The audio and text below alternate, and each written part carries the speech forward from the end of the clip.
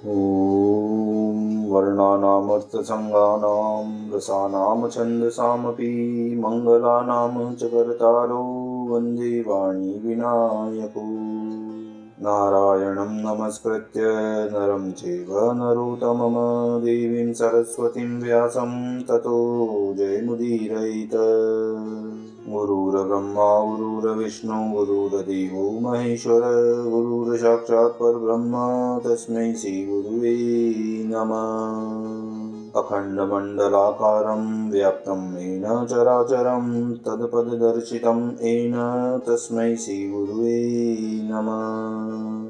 बोली सियावर रामचंद्र भगवान की जय, राधावर कृष्ण कन्हैया लाल भगवान की जय, श्री उमा महेश्वर भगवान की जय, गायत्री ब्रह्मदेव भगवान की जय, सद्गुरुदेव भगवान की जय, माता पिता गुरुदेव की जय, समस्त देवी देवतागण भगवान की जय, समस्त संतगण भगवान की जय, समस्त भक्तगण भगवान की जय। ओम नमः पार्वती पतये हर हर महादेव। तो मित्रों और आप सभी श्री मार्कंडेय पुराण के श्रेष्ठ रसिक जनों श्रोतागणों, अब तक हमने श्री मार्कंडेय पुराण की कथा को नियमित रूप से क्रमबद्ध रूप से श्रवण किया है, कीर्तन किया है, मनन किया है, भजन किया है। अब हम उसी क्रम में श्री मार्कंडेय पुराण के 16वें अध्याय की ओर कथा को अग्रसर करते हैं। आप सभी श्रेष्ठ श्रोतागण रसिक जन भगवान श्री राधा वल्लभ कृष्ण कन्हैया लाल के श्री चरणों में दृढ़ भक्ति रखते हुए कथा का श्रवण करें, कीर्तन करें, मनन करें, भजन करें। बोलिए श्री राधा व कृष्ण कन्हैया लाल भगवान की जय। तो इस 16वें अध्याय में श्राद्ध कर्म का वर्णन आता है, जिसमें पिता और पुत्र सुमिति के बीच में मधुर संवाद हो रहा है। उसी में मदालसा अपने पुत्र अलर्क को समझाती है। तब वह माता मदालसा बोलती है कि हे बेटा अलर्क, ग्रस्त के कर्म 3 प्रकार के होते हैं, नित्य नैमित्तिक तथा नित्य नैमित्तिक। इसका वर्णन सुनो। पंचयज्ञ संबंधी कर्म जिसका अभी वर्णन किया गया है वह नित्य कहलाता है। पुत्र जन्म आदि के उपलक्ष्य में किए हुए कर्म को नैमित्तिक कहते हैं। पर्व के अवसर पर जो श्राद्ध आदि किए जाते हैं उन्हें विद्वान पुरुषों को नित्य नैमित्तिक कर्म समझना चाहिए। उनमें से नैमित्तिक कर्म का वर्णन करती हूँ, सुनो। अभ्युदयिक श्राद्ध नैमित्तिक कर्म है, जिसे पुत्र जन्म के अवसर पर जातक कर्म संस्कार के साथ करना चाहिए। विवाह आदि में भी जिस क्रम से वह बताया गया है भली भांति उसका अनुष्ठान करना उचित है। नांदी मुख नाम के जो पितर हैं उन्हीं का इनमें पूजन करना चाहिए और उन्हें दधि मिश्रित जौ के पिंड देने चाहिए। उस समय यजमान को एकाग्रचित होकर उत्तर या पूर्व की ओर मुंह करके बैठना चाहिए। कुछ लोगों का मत है कि इनमें बलि विश्वदेव कर्म नहीं होता। अभ्युदयिक श्राद्ध में युग्म ब्राह्मणों को निमंत्रण करना चाहिए और प्रदक्षिणा पूर्वक उनका पूजन करना उचित है। यह वृद्धि के अवसरों पर किया जाने वाला नैमित्तिक श्राद्ध है। इससे भिन्न औधर्वदेहिक श्राद्ध होता है, जो मृत्यु के पश्चात किया जाता है। मृत व्यक्ति जिस दिन तिथि में मरा हो उस तिथि को एकोदिष्ट श्राद्ध करना चाहिए। उसका वर्णन सुनो। उसमें विश्व देवों की पूजा नहीं होती, एक ही पवित्रक का उपयोग किया जाता है। आवाहन तथा अग्नोकरण की क्रिया भी नहीं होती। ब्राह्मण के उचिष्ट के समीप प्रेत को तिल और जल के साथ अपसव्य होकर जनेऊ को दाहिनी कंधे पर डालकर उसके नाम गोत्र का स्मरण करते हुए एक पिंड देना चाहिए। तत्पश्चात हाथ में जल लेकर कहें, अमुक के श्राद्ध में दिया हुआ अन्नपान आदि अक्षय हो। यह कहकर वह जल पिंड पर छोड़ देवें। फिर ब्राह्मणों का विसर्जन करते समय कहें, अभिरम्यताम, आप लोग सब तरह से प्रसन्न हो जाएं। उस समय ब्राह्मण लोग यह कहें, अभिरताः समः, हम भली भांति से संतुष्ट हुए। यह एकोदिष्ट श्राद्ध 1 वर्ष तक प्रति मास करना उचित है। वर्ष पूरा होने पर जब भी श्राद्ध किया जावे पहले सपिंडीकरण करना आवश्यक होता है। उसकी भी विधि बतलाई जाती है, सुनो। यह सपिंडीकरण भी विश्व देवों की पूजा से रहित होता है। इसमें भी एक ही अधर्य और एक ही पवित्र का विधान होता है। अग्नोकरण और आवाहन की क्रिया इसमें भी नहीं होती। इसमें अपसव्य होकर अयुग्म ब्राह्मणों को भोजन कराना चाहिए। इसमें जो विशेष क्रिया है उसे बतलाती हूँ, सुनो। इसमें तिल, चंदन और जल से युक्त 4 पात्र होते हैं। उनमें से 3 तो पितरों के लिए और 1 प्रेत के लिए होता है। प्रेत के पात्र और अधरी को लेकर कि समानाह समनसः पितरो यम राज्ये इत्यादि मंत्र का जप करते हुए पितरों के 3 पात्रों में सींचना चाहिए। शेष कार्य पूर्ववत करना चाहिए। स्त्रियों के लिए भी ऐसे ही एकोदिष्ट का विधान है। यदि पुत्र न हो तो स्त्रियों का सपिंडीकरण नहीं होता। पुरुषों को उचित है कि वे स्त्रियों के लिए भी प्रतिवर्ष उनकी मृत्यु तिथि को विधि पूर्वक एकोदिष्ट श्राद्ध करें। उनके लिए भी पुरुषों के समान ही विधान होता है। पुत्र के अभाव में सपिंड, सपिंड के अभाव में सहोदक और उनके भी अभाव में माता के सपिंड और सहोदक, इसकी विधि को पूर्ण करें। देखिए यहाँ पर 2 शब्द आए, सपिंड और सहोदक, तो इसे इस प्रकार समझना चाहिए। सपिंड उसे कहते हैं जिसमें पिता से लेकर ऊपर की 7 पीढ़ी तक और माता से लेकर नाना आदि 5 पीढ़ी तक सपिंडता मानी जाती है। कहीं कहीं यह मत भी आता है कि 6 पीढ़ी ऊपर की और 6 पीढ़ी नीचे की लोगों की सपिंड की गणना में आते हैं। इस प्रकार सपिंड को शास्त्रों ने बताया है। दूसरा जो शब्द आया है सहोदक, उसमें जिनकी 11वीं से लेकर 14वीं तक ऊपर की पीढ़ी एक हो वे सहोदक या समानोदक कहलाते हैं। इस प्रकार इन दोनों शब्दों का अर्थ समझना चाहिए। अब हम पुनः कथा की ओर चलते हैं, जहाँ कहते हैं कि जिसके कोई पुत्र नहीं है उसका श्राद्ध उसके दोहित्र कर सकते हैं। पुत्री के पुत्र नाना का नैमित्तिक श्राद्ध करने के अधिकारी होते हैं। जिनकी द्वयामुष्यायण संज्ञा है, ऐसे पुत्र नाना और बाबा दोनों का नैमित्तिक श्राद्ध में भी विधि पूर्वक पूजन कर सकते हैं। देखिए यहाँ एक शब्द और आया है जो थोड़ा कठिन है, पर उसका अर्थ होता है द्वयामुष्यायण। इसको इस प्रकार जाने कि वह पुत्र जो एक से तो उत्पन्न हुआ हो और दूसरे के द्वारा दत्तक के रूप में ग्रहण किया गया हो और दोनों पिता उसको अपना अपना पुत्र मानते हैं, वह द्वयामुष्यायण दोनों का कहलाता है। ऐसा पुत्र दोनों को पिंडदान देता है और दोनों की संपत्ति का अधिकारी होता है। इस प्रकार इस शब्द को समझना चाहिए।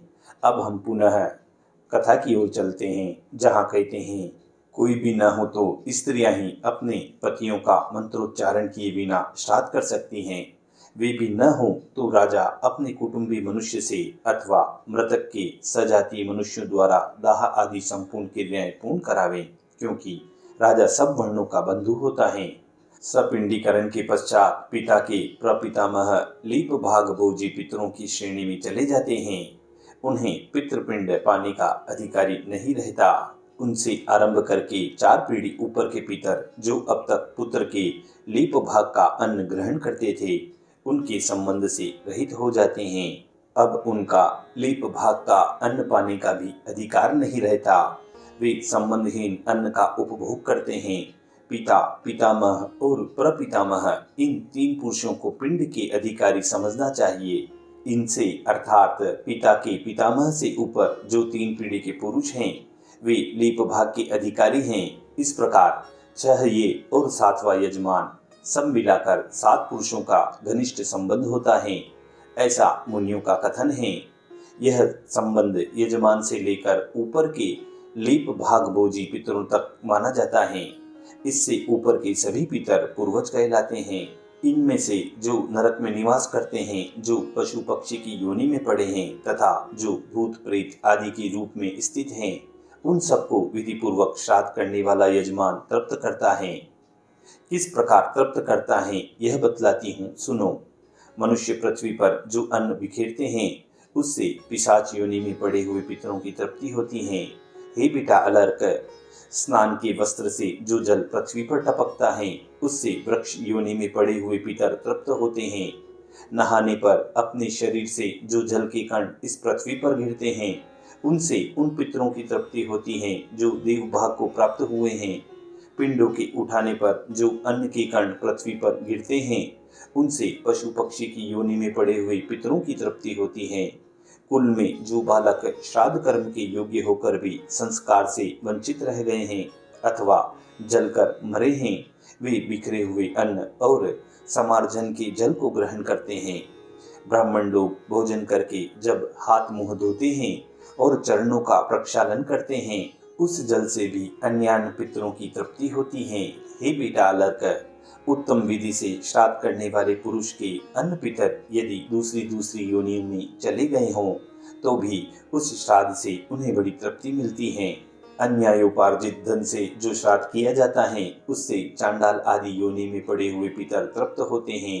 हे वत्स, इस प्रकार यहाँ श्राद्ध करने वाले भाई बंधु अन्न और जल के कण मात्र से अनेक पितरों को तृप्त करते हैं। इसीलिए मनुष्य को उचित है कि वह पितरों के प्रति भक्ति रखते हुए शाक मात्र के द्वारा भी विधि पूर्वक श्राद्ध करें। श्राद्ध करने वाले पुरुष के कुल में कोई दुख नहीं भोगता।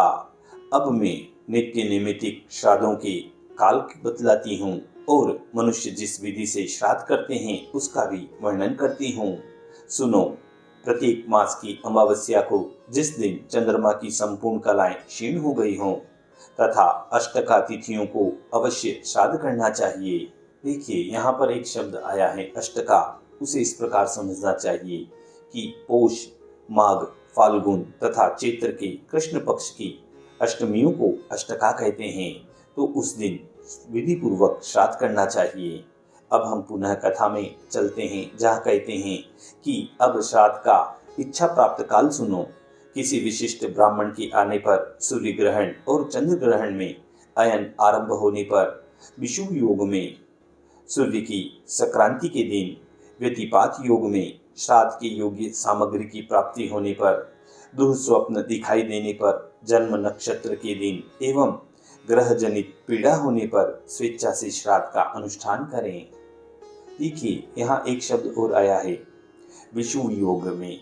तो विषुव योग को इस प्रकार समझना चाहिए कि जिस समय सूर्य विषुव रेखा पर पहुँचते हैं और दिन रात बराबर होती हैं, उसे विषुव योग कहते हैं। जैसे कि मकर संक्रांति, जिस प्रकार उस दिन दिन और रात बराबर होते हैं, इस प्रकार इसे समझना चाहिए। अब हम पुनः कथा में चलते हैं, जहाँ कहते हैं श्रेष्ठ ब्राह्मण, क्षत्रिय, योगी, वेदज्ञ, ज्येष्ठ, सामग, त्रिनाचिकेत, त्रिमधु, त्रिसुपर्णी, षडंगवेता, दोहित्र, ऋत्विक, जामाता, भांजा, पंचाग्नि कर्म में तत्पर, तपस्वी, मामा, माता पिता के भक्त, शिष्य, संबंधी एवं भाई बंधु, ये सभी श्राद्ध में उत्तम माने गए हैं।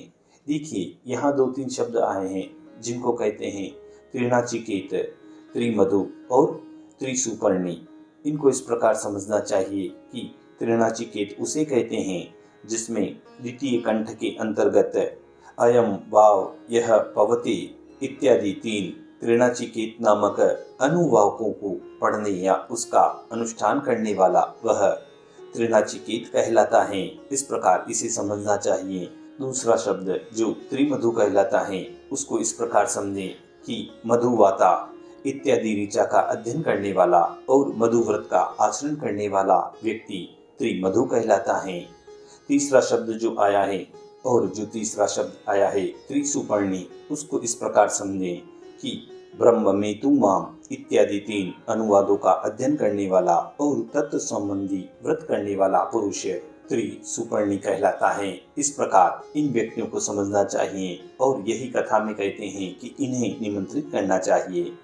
धर्म भ्रष्ट, रोगी, हीनांग, अधिकांग, 2 बार ब्याही गई स्त्री के गर्भ से उत्पन्न, काना, पति के जीते जी जार पुरुष से पैदा हुई संतान, पति के मरने पर पुरुष से उत्पन्न हुई संतान, मित्रद्रोही, खराब नखों वाला, नपुंसक, काले दांतों वाला, कुरूप, पिता के द्वारा कलंकित, चुगलखोर, सोमरस बेचने वाला, कन्या को दूषित करने वाला, वेद्य, गुरु एवं माता पिता का त्याग करने वाला, वेतन लेकर पढ़ाने वाला, शत्रु, जो पहले दूसरे पुरुष की पत्नी रह चुकी हो ऐसी स्त्री का पति, वेदाध्ययन तथा अग्निहोत्र का त्याग करने वाला, शूद्र जाति स्त्री के पति होने के दोष से दूषित तथा शास्त्र विरुद्ध कर्म में लगे रहने वाले अन्यान्य द्विज श्राद्ध में त्याग देने योग्य हैं।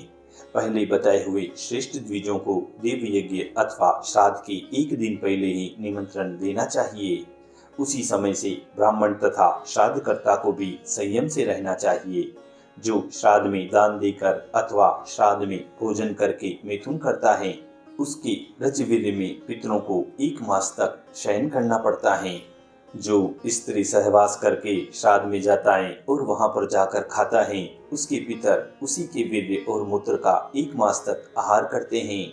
इसीलिए बुद्धिमान पुरुष को 1 दिन पहले ही ब्राह्मण के पास निमंत्रण भेजना चाहिए। यदि पहले दिन ब्राह्मण न मिल सके तो भी श्राद्ध के दिन स्त्री प्रसंगी ब्राह्मणों को कदापि भोजन न करावें, बल्कि समय पर भिक्षा के लिए स्वतः पधारे हुए संयमी यतियों को नमस्कार आदि से प्रसन्न करके शुद्ध चित्त से भोजन करावें। जैसे शुक्ल पक्ष की अपेक्षा कृष्ण पक्ष पितरों को विशेष प्रिय होता है, वैसे ही पूर्वाहन की अपेक्षा अपराहन उन्हें अधिक प्रिय होती है। घर पर आए हुए ब्राह्मणों का स्वागत पूर्वक पूजन करके उन्हें पवित्र युक्त हाथ से आचमन कराने के बाद आसनों पर बिठावें। श्राद्ध में विषम और देव यज्ञ में सम संख्या के ब्राह्मणों को निमंत्रण करें अथवा अपनी शक्ति के अनुसार दोनों कार्यों में एक ब्राह्मण को भोजन करावें। यही बात माता महों के श्राद्ध में भी होनी चाहिए। विश्व देवों का श्राद्ध भी ऐसा ही है। कुछ लोगों का ऐसा मत है कि पितरों और मातामहों के विश्वदेव कर्म पृथक पृथक हैं। देव श्राद्ध में ब्राह्मणों को पूर्वाभिमुख और पितृ श्राद्ध में उत्तराभिमुख बिठाना चाहिए। मातामहों के श्राद्ध में भी मनीषी पुरुषों ने इसी विधान का प्रतिपादन किया है। पहले ब्राह्मणों को बैठने के लिए कुश देकर विद्वान पुरुष अधर्य आदि से उनकी पूजा करें, फिर उन्हें पवित्रक आदि देकर उनसे आज्ञा लेकर मंत्रोच्चारण पूर्वक देवताओं का आवाहन करें। तत्पश्चात जौ और जल आदि से विश्व देवों को अधर्य देकर गंध, पुष्प, माला, जल, धूप और दीप आदि विधि पूर्वक निवेदन करें। पितरों के लिए ये सारी वस्तुएं अपसव्य होकर प्रस्तुत करनी चाहिए। पितृ श्राद्ध में बैठे हुए ब्राह्मणों को आसन के लिए द्विगुण भुग्न दोहरे मोड़े हुए कुश देकर उनकी आज्ञा लेकर विद्वान पुरुष मंत्रोच्चारण पूर्वक पितरों का आवाहन करें और अपसव्य होकर पितरों की प्रसन्नता के लिए तत्पर होकर उन्हें अधर्य निवेदन करें। उनमें जौ के स्थान पर तिलों का उपयोग करना चाहिए। तदंतर ब्राह्मणों की आज्ञा देने पर अग्नि कार्य करें। नमक और व्यंजन से रहित अन्न लेकर विधि पूर्वक अग्नि में आहुति दें। अग्नये कव्यवाहनाय स्वाहा इस मंत्र से पहली आहुति दें। सोमाय पितृमते स्वाहा इस मंत्र से दूसरी आहुति दें तथा यमाय प्रीतपतये स्वाहा इस मंत्र से तीसरी आहुति को अग्नि में डालें। आहुति से बचे हुए अन्न को ब्राह्मणों के पात्र में परोसें, फिर पात्र में हाथ का सहारा दें। विधि पूर्वक कुछ और अन्न डालें और कोमल वचनों में प्रार्थना करें कि अब आप लोग सुख से भोजन कीजिए। फिर उन ब्राह्मणों को चाहिए कि वे एकाग्रचित एवं मौन होकर सुखपूर्वक भोजन करें। जो अन्न उन्हें अत्यंत प्रिय लगे वह तुरंत उनके सामने प्रस्तुत करें। उस समय क्रोध को त्याग देवें और ब्राह्मणों को आग्रह पूर्वक प्रलोभन दे देकर भोजन कराएं। उनके भोजन काल में रक्षा के लिए पृथ्वी पर तिल और सरसों बिखेरें तथा रक्षोग्न मंत्रों का पाठ करें, क्योंकि श्राद्ध में अनेक प्रकार के विघ्न उपस्थित होते हैं।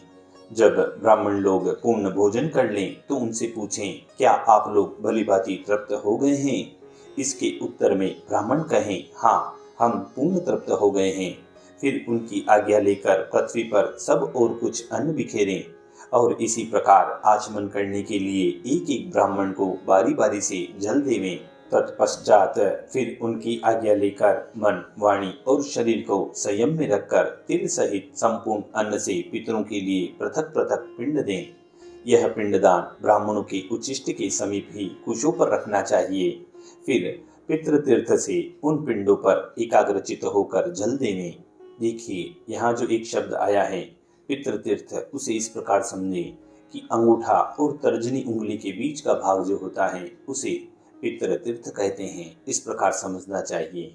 तो आगे कथा में कहते हैं कि इसी प्रकार मातामह आदि के लिए भी विधि पूर्वक पिंडदान देकर गंध माला आदि के साथ आचमन के लिए जल दें। अंत में यथाशक्ति दक्षिणा देकर ब्राह्मणों से कहें, सुस्वधा अस्तु, यह श्राद्ध कर्म भली भांति संपन्न हो। ब्राह्मण भी संतुष्ट होकर तथास्तु कहें।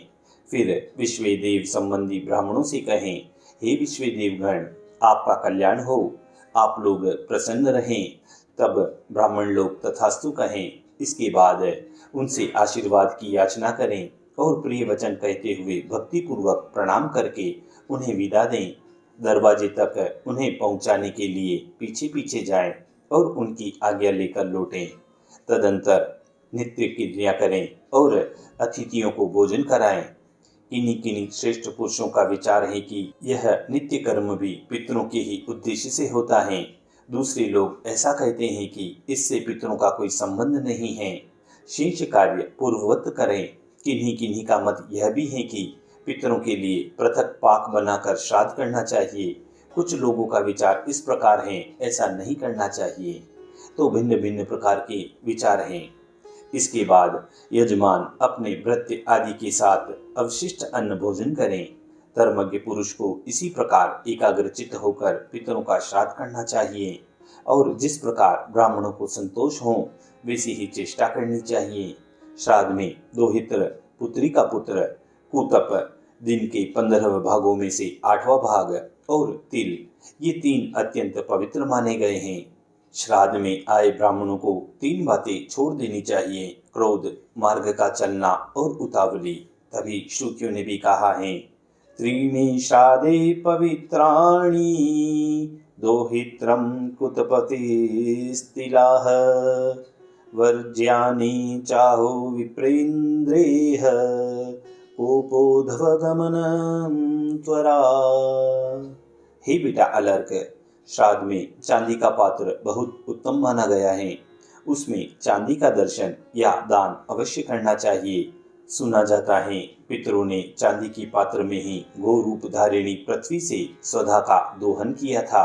अतः पितरों को चांदी का दान अभिष्ट एवं प्रसन्नता बढ़ाने वाला होता है। इसी मधुर संवाद श्राद्ध कर्म के विवरण के साथ इस मार्कंडेय पुराण के अध्याय की पूर्णता व समाप्ति होती है। बोलिए श्री कृष्ण कन्हैया लाल भगवान की जय।